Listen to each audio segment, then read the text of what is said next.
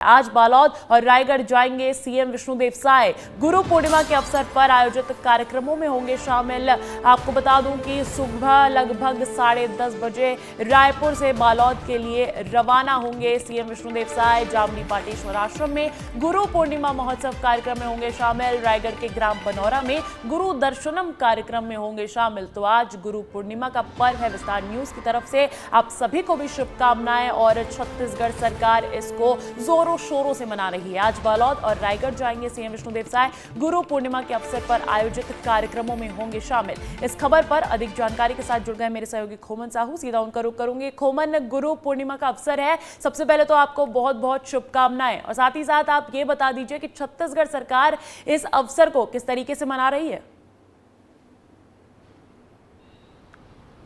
देखिए, गुरु पूर्णिमा के अवसर को पूरे प्रदेश भर में मनाया जा रहा है। अलग अलग जनप्रतिनिधि अलग अलग जगहों पर जाकर इस कार्यक्रम में शामिल होंगे। अंजलि, अगर मुख्यमंत्री की बात की जाए तो मुख्यमंत्री रायगढ़ और बालोद जिले के दौरे पर जाएंगे। वहां गुरु पूर्णिमा के अवसर पर कार्यक्रम रखा गया है, उस पर वो शामिल होंगे।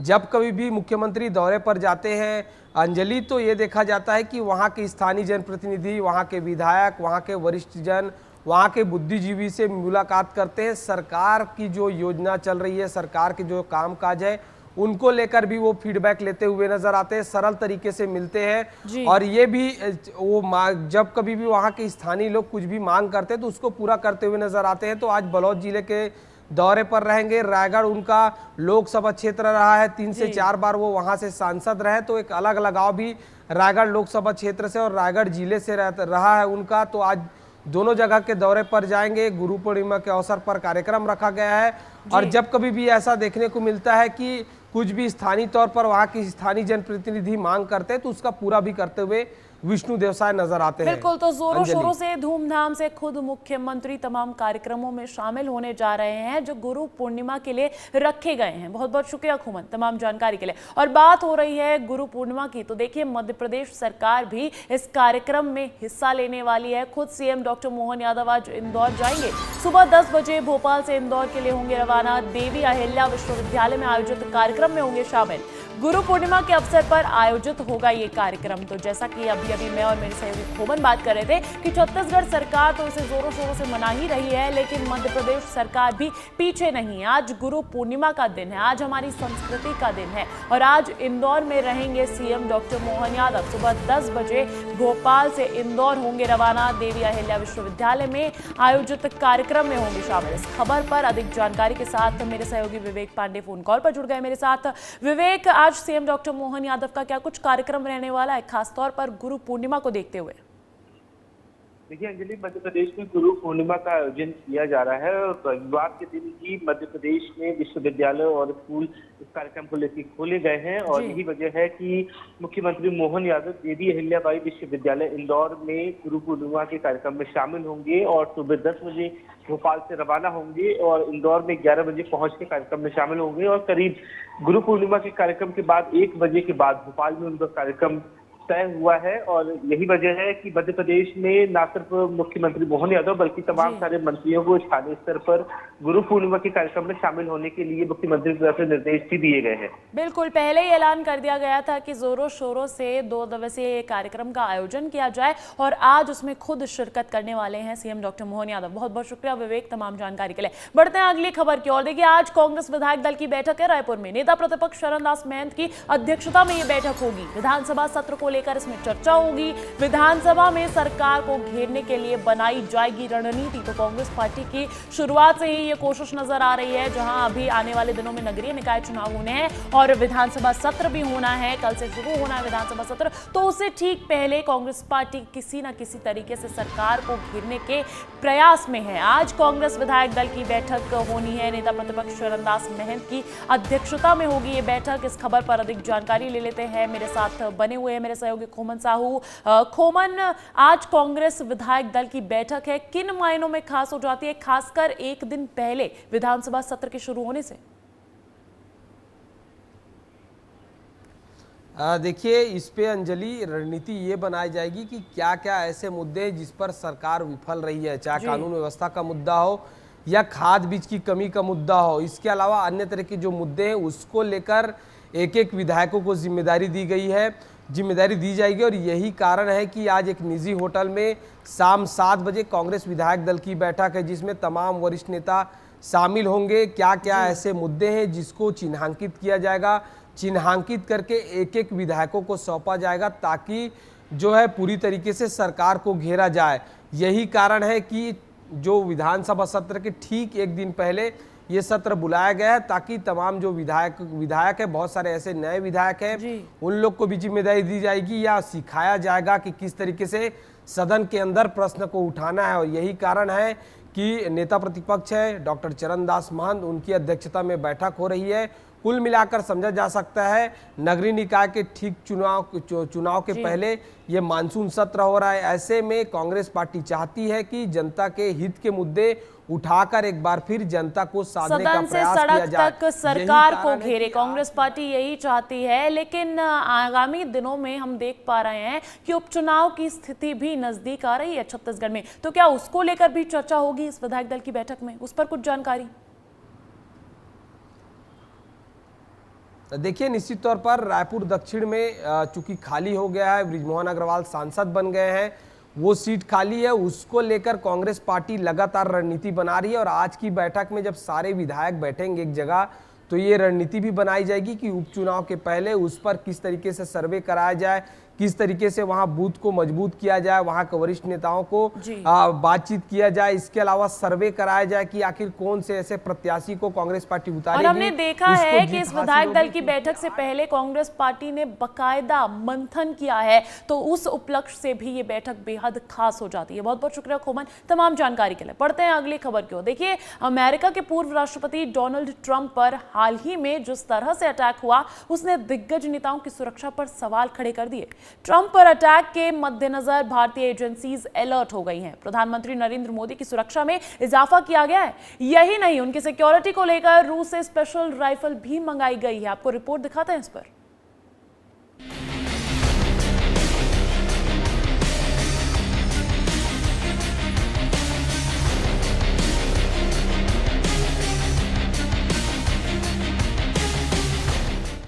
जब सियासत में विरोध की भाषा हिंसा के शब्दों का रूप लेने लग जाए, तब सियासत में सुरक्षा की गुंजाइश नहीं बचती। अमेरिका में पूर्व राष्ट्रपति ट्रंप पर हुए हमले के बाद हिंदुस्तान में भी प्रधानमंत्री मोदी की सुरक्षा पर चिंताएं बढ़ गई हैं, क्योंकि अगर क्रोनोलॉजी पर ध्यान दें तो मालूम होता है कि अमेरिका में ट्रंप और भारत में मोदी एक जैसी नफरती प्रचार का ही शिकार हैं। एक जैसे शब्द, एक जैसे नैरेटिव और एक जैसा विरोध। अमेरिका में बाइडेन ट्रंप को बुलसाई में डालकर निशाना बनाने की बात कहते हैं, तो वहीं हिंदुस्तान में प्रधानमंत्री के विरोधी उन्हें हिटलर की मौत मारने की बात करते हैं। हिटलर ने भी ऐसा ही एक संस्था बनाया था, उसका नाम था खाकी। सेना के बीच में उसने बनाया था। मोदी हिटलर की राह चलेगा तो हिटलर की मौत मरेगा, ये याद रख लो मोदी। ये देश कांग्रेस पार्टी शहीदों की परंपरा की पार्टी। जरा फ्लैशबैक में जाकर 5 जनवरी 2022 की इस तस्वीर की गंभीरता को भी समझने की जरूरत है, क्योंकि किसानों के उग्र आंदोलन के बीच प्रधानमंत्री का काफिला चंडीगढ़ के एक फ्लाईओवर पर करीब 15 से 20 मिनट तक इसी तरीके से रुका रहा था, क्योंकि इस देश के प्रधानमंत्री के काफिले को बीच सड़क पर ही किसानों ने घेर लिया था। सवाल सुरक्षा का उस वक्त भी उठा था, लेकिन विरोधियों ने कहा ये प्रधानमंत्री का सियासी स्टंट है। इस लोकसभा चुनाव में भी विपक्ष ने प्रधानमंत्री को तानाशाह और फांसीवादी बताते हुए ही कैंपेन किया। हालांकि वो अलग बात है कि मोदी एनडीए सरकार के साथ तीसरी बार सत्ता में वापसी कर गए, लेकिन सवाल तो उस जहर का है जो सियासत में नफरत और दुष्प्रचार के नाव पर सवार होकर चल रही है। एक देश के प्रधानमंत्री के काफिले पर चप्पल उछल जाता है और इस देश की सियासत उसकी भर्त्सना करने के बजाय व्यंग्य करना बेहतर समझती है। अब देश में कोई उनसे डरता ही नहीं है। मतलब एक तरीके से रिडिक्यूल करते हैं। जो पहले 56 इंच की छाती थी, अब नंबर तो नहीं दे सकता हूं, बट 30-32 हो गई है, राइट। तो अब पूरा जो ढांचा था, इतना बड़ा गुब्बारा था, वो इतना बड़ा हो गया। अब इससे नरेंद्र मोदी जी को साइकोलॉजिकल बहुत टेंशन होगा, बहुत प्रॉब्लम होगी, क्योंकि उनका जो काम करने का तरीका है वो लोगों को डराने का है, धमकाने का है। अब वो डर चला गया। आपने देखा, पता नहीं देखा या नहीं, वाराणसी में वो चप्पल मार दी किसी। यही कारण है कि बीजेपी ने अब प्रधानमंत्री की सुरक्षा को लेकर चिंता जताई है, क्योंकि लोकतंत्र में विरोध की भाषा इतनी खोखली भी नहीं होनी चाहिए कि एक व्यक्ति को हिंसक बताकर उसके खिलाफ ही हिंसा का जाल बुन दिया जाए। 1.5 वर्ष पूर्व जापान के पूर्व प्रधानमंत्री शिंजो एबे जी की एक राजनीतिक कार्यक्रम में हत्या हुई। चंद दिन पूर्व अमेरिका में राष्ट्रपति पद के प्रत्याशी डोनाल्ड ट्रंप के ऊपर हत्या का अटेम्प्ट हुआ, जिसमें वो बाल बाल बचे। उनका कहना है कि इस प्रकार की प्रवृत्तियां जो हिंसा और हत्या को उकसाती हैं, ये कहीं न कहीं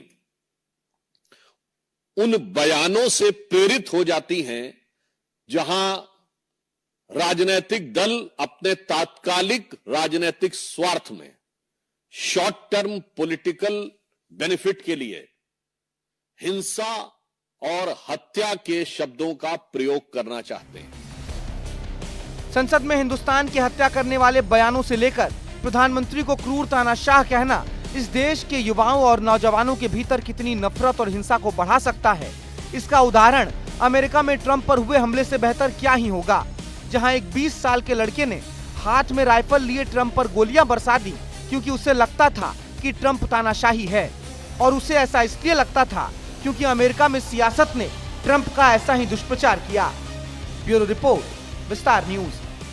बड़ी खबर मिल रही है रायपुर से। सांसद बृजमोहन अग्रवाल का ऐलान कि 500 रुपए में गैस सिलेंडर मिलेगा। नगरीय निकाय चुनाव से पहले मिलेंगे सिलेंडर। सांसद ने मतदाताओं के बीच ये ऐलान कर दिया है कि अब आपको 500 रुपए में सिलेंडर मिलेगा। मतदाता सम्मेलन के दौरान ये ऐलान किया है और बीजेपी ने घोषणा पत्र में भी इसका वादा किया था। विधानसभा चुनाव के दौरान ये वादा किया था कि 500 रुपए में गैस सिलेंडर दिया जाएगा, और अब इस वादे को पूरा करते हुए नजर आ रही है छत्तीसगढ़ सरकार, जहां पर सांसद बृजमोहन अग्रवाल ने ऐलान कर दिया है कि अब आपको 500 रुपए में गैस सिलेंडर मिलेगा। निश्चित रूप से जो मोदी जी की गारंटी है, मोदी जी की एक एक गारंटी पूरी होगी, और माननीय मुख्यमंत्री जी ने कहा है कि हम स्थानीय चुनाव के पहले और महिलाओं के नाम से जो गैस सिलेंडर है वो 500 रुपए में उपलब्ध करवाएंगे। और देखिए, देश विदेश के इंडस्ट्रीज ने एमपी सरकार को 17,000 करोड़ रुपए के इन्वेस्टमेंट के प्रस्ताव दिए हैं। शुक्रवार को जबलपुर के नेताजी सुभाष चंद्र बोस कन्वेंशन सेंटर में आयोजित रीजनल इंडस्ट्रीज कॉन्क्लेव में 5 देशों और 9 राज्यों के 3500 से ज्यादा इन्वेस्टर शामिल हुए। इसमें defence, textile, pharma, tourism, food, tank निर्माण आदि सेक्टर में नए उद्योग शुरू करने पर चर्चा हुई। कार्यक्रम में प्रदेश के मुख्यमंत्री डॉक्टर मोहन यादव भी शामिल हुए और जबलपुर के Netaji Subhash Chandra Bose cultural and information centre में रिबन काटकर मुख्यमंत्री ने कार्यक्रम का उद्घाटन किया। कॉन्क्लेव में देश विदेश के उद्योगपति और इन्वेस्टर्स शामिल हुए और कॉन्क्लेव में पहुंचे मुख्यमंत्री डॉक्टर मोहन यादव ने कहा कि जबलपुर में रेडीमेड और टेक्सटाइल स्किल सेंटर बनाया जाएगा। यहां इस सेक्टर में निवेश की बहुत संभावनाएं हैं। देखिए क्या कहा सीएम डॉक्टर मोहन यादव ने। यहीं पे 16 औद्योगिक पार्क महाकौशल में जो विकसित किए जा चुके थे, 517 एमएसएमई की इकाइयां स्थापित है, 5,725 करोड़ का रोजगार 20,000 लोगों को मिल रहा है। भारत के अंदर हीरे के लिए मध्य प्रदेश का स्थान कितना अच्छा लगता सुन करके कि हमारे यहाँ हीरा निकलता, लेकिन हीरा निकल के तराशने के लिए अभी कहीं और जाता है। कोशिश करेंगे कि यहाँ का हीरा यहीं तराशा जाए, इसका उद्योग भी यहीं लगे तो और आनंद बढ़ जाएगा। मुझे इस बात की और प्रसन्नता है कि हमारी खजानों को नीलामी की जो प्रक्रिया है, वो नीलामी की प्रक्रिया में पूरे देश में नंबर 1 का स्थान अगर किसी ने हासिल किया है तो ये हमारे अपने मध्य प्रदेश ने किया, जिसमें भारत सरकार ने हमको पुरस्कृत भी किया। मध्य प्रदेश एकमात्र ऐसा प्रदेश है जिसने 3 साल से भी कम समय में 12 यूनिवर्सिटी से छलांग लगाते हुए 52 विश्वविद्यालयों के माध्यम से हमारे अपने शिक्षा के मामले में भी रोजगार की संभावना है और शिक्षा के मामले में बड़ी संभावना मध्य प्रदेश से है, जिसके आधार पर हमारे मेडिकल कॉलेजों की संख्या 5 से खसक के 25 की तरफ जा रही है। ये मैं आपको बधाई देना चाहता हूं। अच्छा, इस दौरान विस्तार न्यूज के editor in chief Brajesh Rajput ने मुख्यमंत्री डॉक्टर मोहन यादव से खास बातचीत की है, वो भी सुनवा देते हैं। मुझे इस बात की प्रसन्नता है कि हमारी रीजनल समिट जबलपुर अभी तक के सारे रिकॉर्ड तोड़ रही है। निवेशकों का उत्साह भी गजब है और जिस प्रकार के सरकार पर भरोसा कर रहे हैं, सभी लोगों के भरोसों को हम कायम रखें। इसके बाद क्या सर? इसके बाद अगले अनाउंस करेंगे, उसके पहले कोयम्बटूर जा रहा हूँ, जहाँ रोड शो करेंगे, वहाँ से निवेशकों को बुलाएंगे। बहुत बहुत शुक्रिया। अब बात कर लेते हैं बारिश के प्रकोप की। राजनांदगांव में बारिश में बह गई निर्माणाधीन नेशनल हाईवे की सड़क और पुल। राजनांदगांव दिल्ली राजहरा से मानपुर का संपर्क टूटा। पहले ही बारिश में बह गया निर्माणाधीन नेशनल हाईवे का पुल और हादसे में मानपुर मुख्यालय के खड़गांव तहसील भरीटोला सेक्टर के लगभग 70 गांव में निवासरत 50,000 की आबादी मानपुर मुख्यालय से कटते हुए टापू में तब्दील हो गई है। अब नेशनल हाईवे के पुल और सड़क के बह जाने के मामले में मानपुर एसडीएम अमितनाथ योगी ने कहा कि ठेकेदार पर कार्रवाई की जाएगी। तो वहीं दंतेवाड़ा जिले में भारी बारिश हो रही है। तेज बारिश और तेज हवा के कारण से दंतेवाड़ा से बचेली रोड घंटों से बंद है। बचेली और दंतेवाड़ा के बीच भांसी बंगाली कैंप के पास पेड़ भी गिर गया और कई यात्री बस ट्रक जाम में फंसे हुए हैं। तो वहीं देखिए, सुकमा में तूफान की वजह से लगातार हो रही बारिश से गोदावरी और शबरी नदी के जलस्तर में बढ़ोतरी हो रही है, जिसके चलते मुख्य राजमार्ग बंद हो गया और पुल के ऊपर से पानी बहने लगा। वहीं सीडब्ल्यूसी के अनुसार गोदावरी नदी 40 से 42 फीट, तो वहीं शबरी नदी में भी 14 मीटर तक पहुंचने की आशंका जताई जा रही है। देखिए, गर्मी के बाद बालाघाट में भी भारी बारिश हो रही है और बालाघाट में तेज उमस के बाद कई इलाकों में भारी बारिश से बाढ़ जैसे हालात बन गए। तेज बारिश से नदी नाले उफान पर आ गए हैं। वहीं कंजई नाले में बाढ़ की स्थिति बन गई है। भारी बारिश से बालाघाट सिवनी मार्ग पर पानी भर गया है। पुल के दोनों ओर लंबा जाम लग गया है। वहीं सड़क के दोनों ओर गाड़ियों की कतार लग गई है। अब पुल से पानी कम होने के इंतजार में राहगीर है। ये बारिश का प्रकोप इन तमाम जिलों में देखने को मिल रहा है